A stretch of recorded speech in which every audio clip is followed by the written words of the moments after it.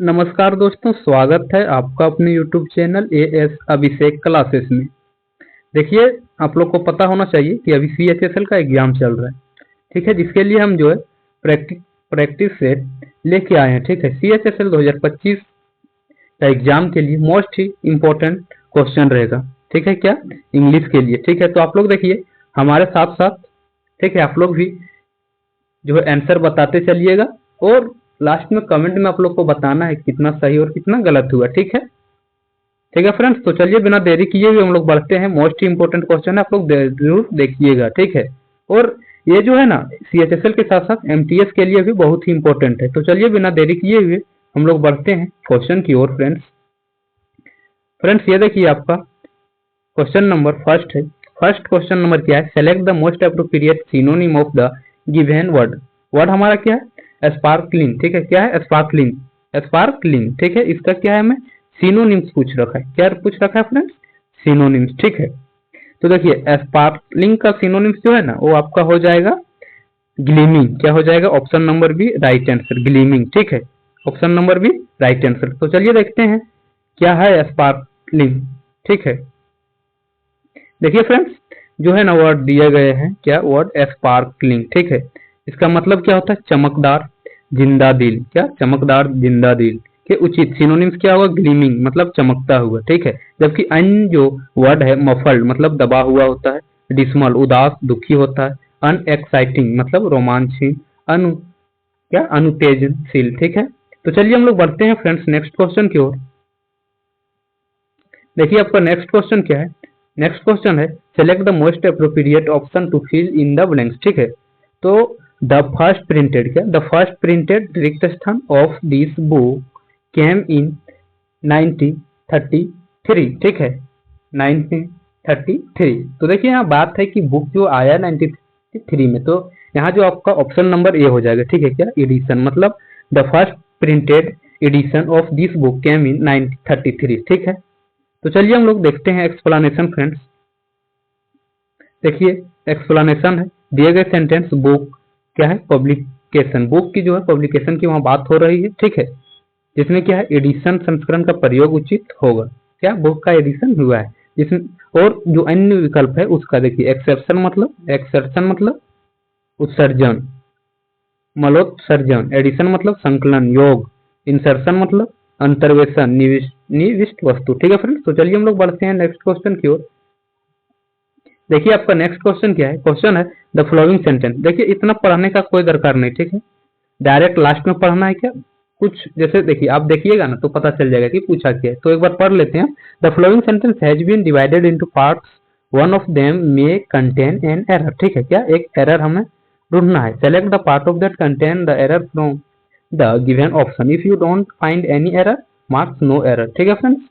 तो चलिए देखते हैं क्या है he is successful as a lawyer, ठीक है, he is successful as a layer grey. उसकी एक हो गया पार्ट वन। अब अगला पार्ट क्या है?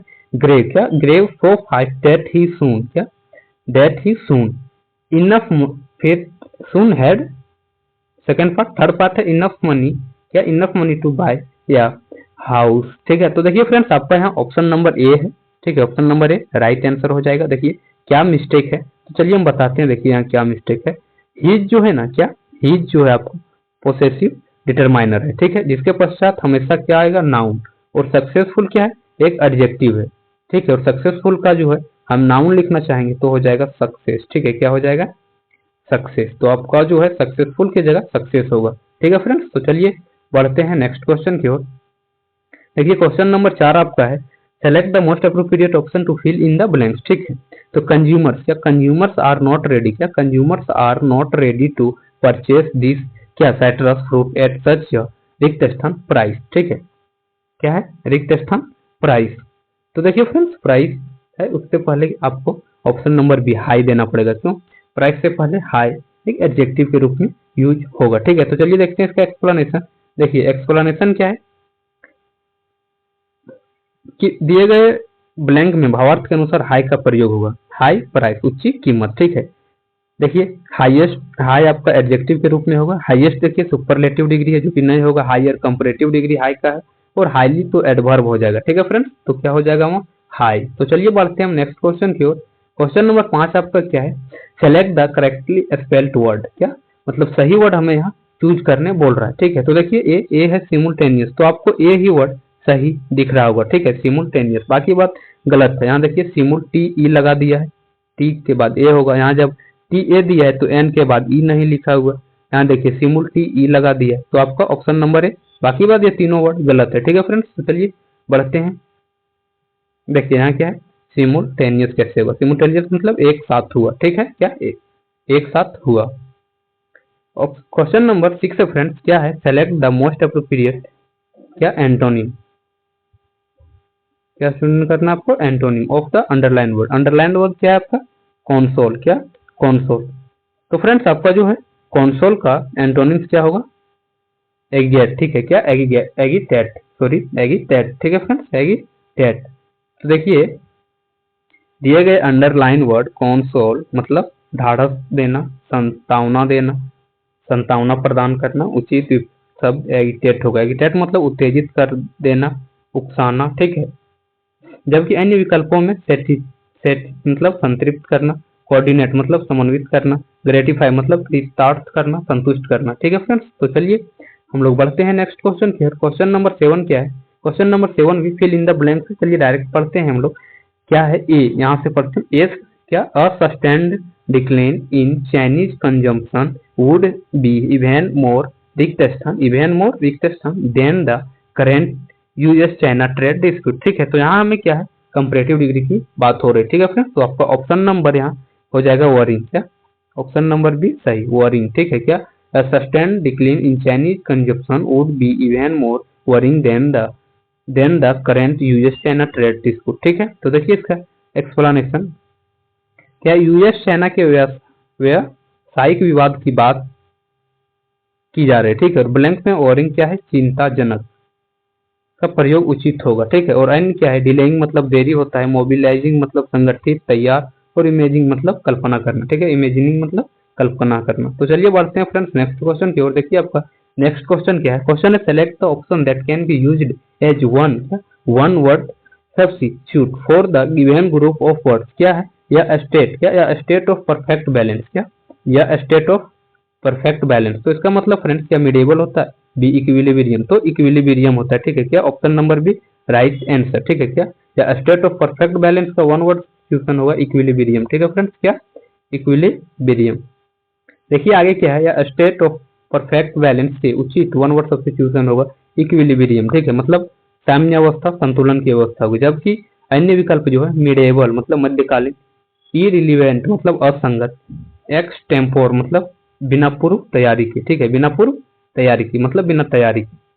देखिए क्वेश्चन नंबर 9 क्या है, ये भी वन वर्ड सब्स्टिट्यूशन है, ठीक है। तो क्या है, एक क्या, a person who produce beautiful hand writing, क्या एक पर्सन है जो ब्यूटीफुल हैंड राइटिंग लिखता है, ठीक है, इसका मीनिंग ये है। तो क्या हो जाएगा, टाइपोग्राफर नहीं, फिलोसोफर नहीं, स्टेनोग्राफर नहीं, तो कैलियोग्राफर। ऑप्शन नंबर डी आपका है राइट आंसर, ठीक है फ्रेंड्स। तो चलिए देखते हैं।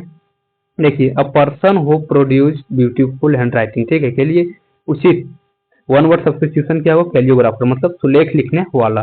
बाकी बात अन्य जो ऑप्शन है, टाइपोग्राफर मतलब अक्षर संयोजक, मुद्रक कलाकार, फिलोसोफर मतलब दार्शनिक शास्त्र, और स्टेनोग्राफर मतलब आशुलिपिक, ठीक है, स्टेनोग्राफर मतलब आशुलिपिक। तो चलिए बढ़ते हैं हम लोग नेक्स्ट क्वेश्चन की ओर। देखिए हमारा नेक्स्ट क्वेश्चन क्या, सेलेक्ट द करेक्टली स्पेल्ड, ठीक है। तो इंटरव्यू ए में है इंटरव्यू, ये गलत है। बी में है इंटरव्यू, ये भी गलत है। सी आपका राइट आंसर होगा। क्यों, इंटरव्यू का INTERVIEW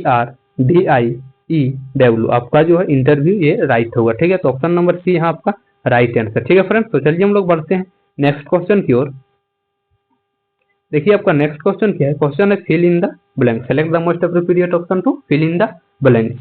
तो प्लीज डोंट रिक्त स्थान anyone that I came to your birthday party, ठीक है, प्लीज डोंट रिक्त स्थान anyone that I came to your birthday party, ठीक है। तो ऑप्शन नंबर आपका क्या होगा, ए टोल्ड, बी से, सी सेड, और डी क्या टेल। तो देखिए फ्रेंड्स यदि डोंट यहाँ लिखा है तो यहाँ हमेशा क्या होगा, वर्ब का फर्स्ट रूप। तो टोल्ड और सेड तो होगा नहीं, सेड, बाकी बात से तो नहीं होगा, टेल होगा, ठीक है, मतलब टेल मतलब बताना, ठीक है फ्रेंड्स। तो ऑप्शन नंबर डी आपका राइट आंसर, ठीक है, ऑप्शन नंबर डी यहाँ क्या होगा फ्रेंड्स आपका राइट आंसर। देखिए यहाँ क्या बोला है कि डोंट डजंट के पश्चात हमेशा V1 आएगा। टेल मतलब होता है बताना, ठीक है। तो चलिए हम लोग बढ़ते हैं नेक्स्ट क्वेश्चन की ओर। फ्रेंड्स देखिए आपका नेक्स्ट क्वेश्चन क्या है। क्वेश्चन क्या है, the flowing part sentence has been divided into parts, ठीक है। One of them may contain an error, मतलब जो पार्ट बाय डिवाइड है उसमें एक में कहीं क्या है एरर हो सकता है। Select the part that contain the error from the given option if you don't find any error, यानी आप यदि कोई एरर नहीं ढूंढ पा रहे तो आपको नो एरर आंसर देना है। तो चलिए हम लोग देखते हैं। हमारा पहला क्या है, other south African cities only, ठीक है। Other south African cities only, तो ये आपको सही लग रहा है हमको। हैड क्या, had one venue of staging exhibition, ये भी सही। International events at highly standard, ठीक है। तो आपका फ्रेंड्स यहाँ जो है ना international international events at highly standard, यानी ऑप्शन नंबर बी यहाँ राइट आंसर, ठीक है। इसी में क्या है एरर है। तो क्या है एरर, तो चलिए आप लोग को बताता हूँ क्या है एरर। देखिए एडजेक्टिव का प्लुरल नहीं बनाया जाता, क्या वहाँ एडजेक्टिव जो है इंटरनेशनल कर दिया, इंटरनेशनल, इसका प्लुरल नहीं होगा, क्या होगा वहाँ इंटरनेशनल, ठीक है फ्रेंड्स। तो क्या होगा international events at highly standard, ठीक है फ्रेंड्स। तो चलिए हम लोग बढ़ते हैं नेक्स्ट क्वेश्चन की ओर। इंटरनेशनल कभी प्लुरल में नहीं होगा, इंटरनेशनल होगा केवल, ठीक है। देखिए हमारा नेक्स्ट क्वेश्चन है, select the most appropriate antonym of the given word. Word क्या है हमारा सेक्लूड, क्या है सेक्लूड, ठीक है। क्या सेक्लूड का एंटोनिम पूछा, तो सोशलाइज हो जाएगा, क्या हो जाएगा सोशलाइज, ठीक है।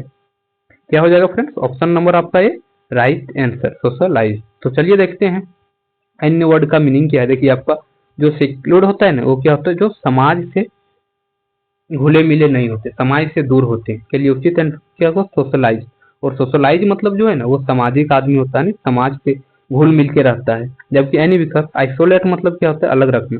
कन्फाइन मतलब क्या होता है सीमित करना, तंग करना, ठीक है। और ब्लिंक मतलब पलक झपक, जैसे आप पलक झपकते हैं ना तो ब्लिंक मतलब पलक झपकना, ठीक है। तो चलिए हम लोग बढ़ते हैं क्वेश्चन नंबर 14 की ओर। 14 क्या है, part of the following sentence have been given as option, one of them may contain an error, ठीक है। Select the part that contain the error from the given option if you don't find any error mark no error as your answer, ठीक है। तो क्या है, my sister called, क्या friends, my sister called me, my sister called me for क्या, for my lunch hour to tell me that she was getting married, ठीक है। क्या है, my sister called me for and my lunch hour to tell.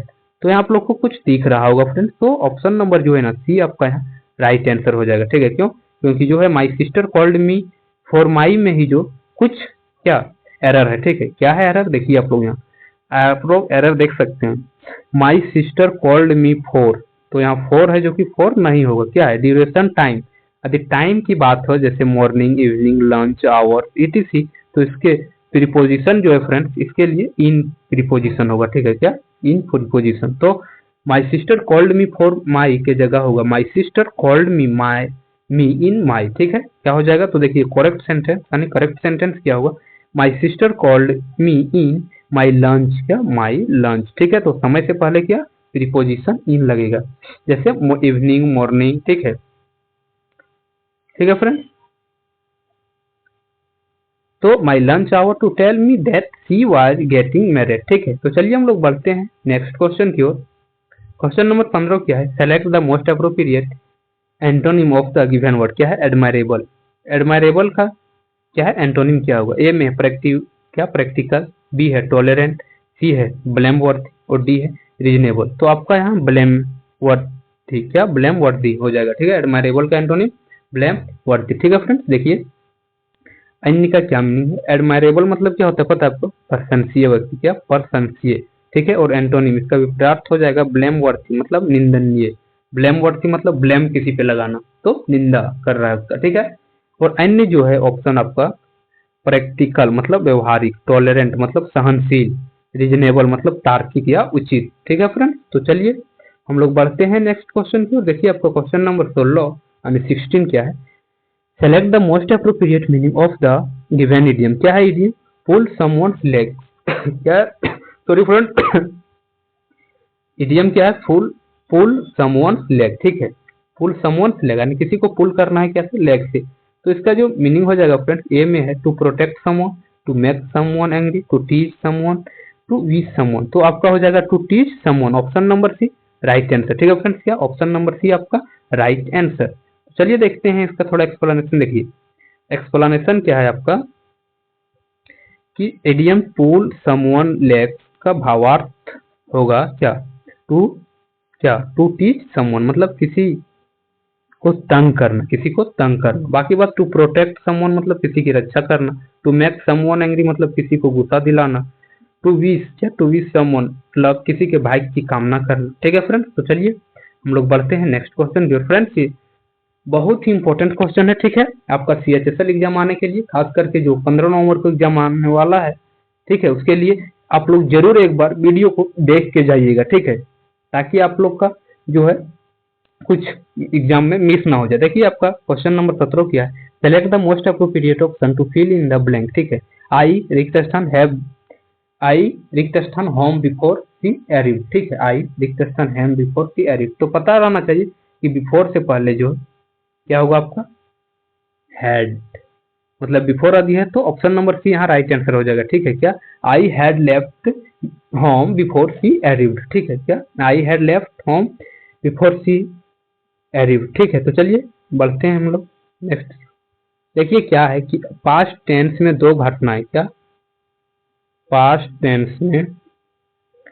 Tense में दो घटनाओं की बात की जाए, जो घटना बाद में घटित हो उसे पास्ट टेंस में, एवं जो घटना पहले घटित हो उसे पास्ट परफेक्ट टेंस में। क्या है, जो घटना दो घटना की बात की जाए तो जो घटना पहले घटित होती है उसे पास्ट टेंस में, और जो घटना पहले घटित हो उसे पास्ट परफेक्ट टेंस में, सॉरी जो घटना पहले घटित हो उसे पास्ट परफेक्ट टेंस में।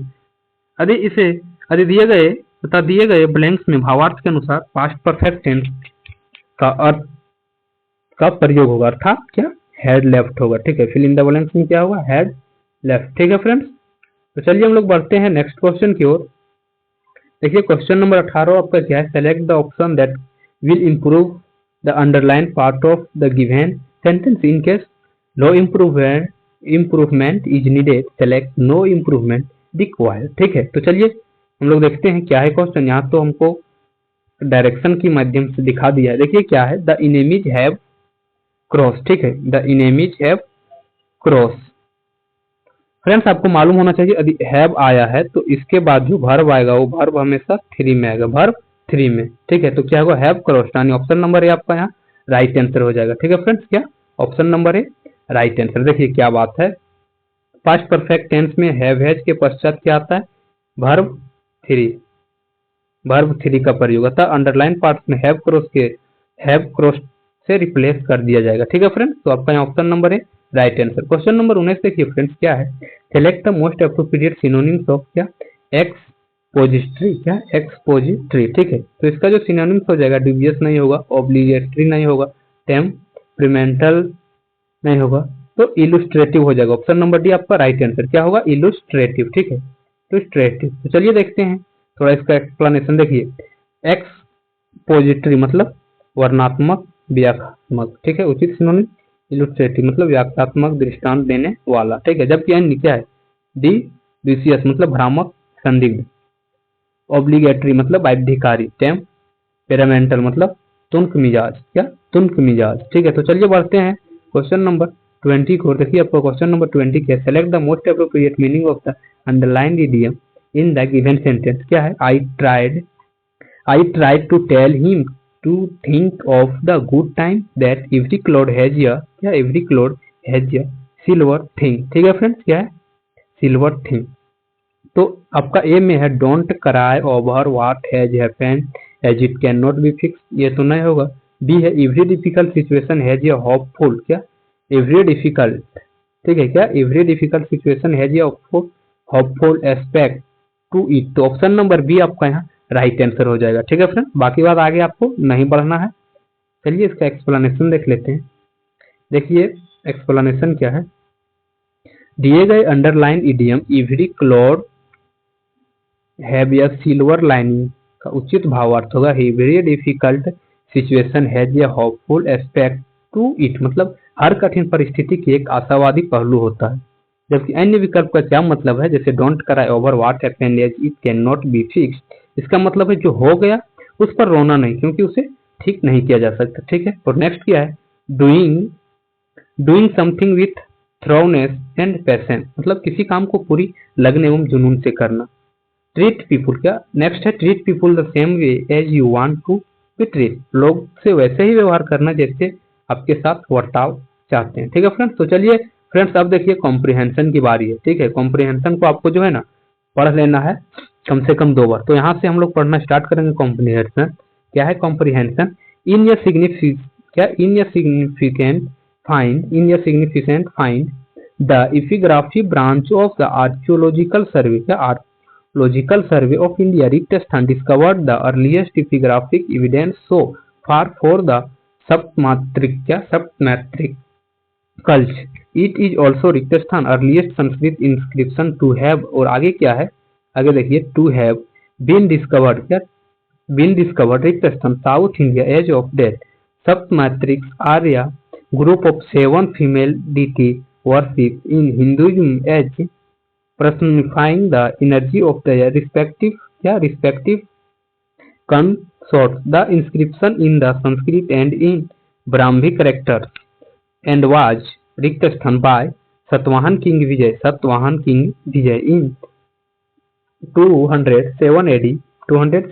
The inscription came to light when some local villagers informed the authorities of the presence of a pillar with some engraving when they were restoring and Riktasthan the local Bhimeshwar temple, क्या the local Bhimeshwar temple. ठीक है friends, तो चलिए हम लोग question की ओर बढ़ते हैं। ठीक है, आपको यदि समझ में नहीं आएगा तो 1-2 बार जरूर पढ़िएगा। ठीक है, तो धीरे धीरे समझ आ जाएगा। क्या है, in the significant find the epigraph branch of the Archaeological Survey of India रिक्तस्थान discovered the earliest epigraphic evidence so far for the Saptamatrika culture. ठीक है, तो यहाँ जो है फ्रेंड्स आपका क्या हो जाएगा, देखिए ऑप्शन क्या दिए रखा है, आपका हैज दे रखा है, बी में आर दे रखा है, सी में हैव दे रखा है और डी में इज दे रखा है। तो आपका यहाँ हैज हो जाएगा। क्यों फ्रेंड्स, क्योंकि जो इंडिया है ना वो सिंगुलर है।